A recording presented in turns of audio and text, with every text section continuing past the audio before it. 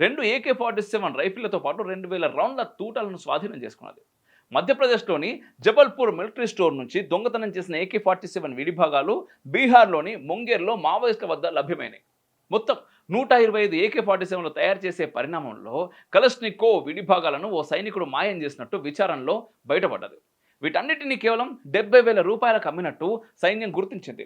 భారత సైన్యం అసాల్ట్ రైఫిళ్లను మొత్తంగానే దేశవ్యాప్తంగా మార్చేస్తున్నది. కొత్త కలష్నికోవ్ సిరీస్ను ప్రవేశపెడుతున్న నేపథ్యంలో పాత వాటిని భద్రపరుస్తున్నది. వీటిని దొంగలిస్తున్న కొంతమంది సైనికులు బ్లాక్ మార్కెట్లో విక్రయిస్తున్నారు. సెలవులు ఇవ్వని కారణంగానో లేక చిన్నపాటి ఘర్షణల వల్లనో సహచర జవాన్లను కాల్చి చంపిన ఘటనలు దేశవ్యాప్తంగా డజన్ల సంఖ్యలో ఉన్నాయి. ఇందులో అనేక మంది జవాన్లు ప్రాణాలు కోల్పోయారు. తమకు కేటాయించిన ఆయుధాలతో ఆత్మహత్యలు చేసుకునే వారి సంఖ్య కూడా తక్కువేమీ కాదు. 2023 ఏప్రిల్లో భటిండా మిలిటరీ బేస్లో ఓ జవాను సహచర జవాన్లపై కాల్పులు జరిపి 4 సైనికులను హతమార్చాడు. చివరకు తాను ఆత్మహత్యకు పాల్పడ్డాడు.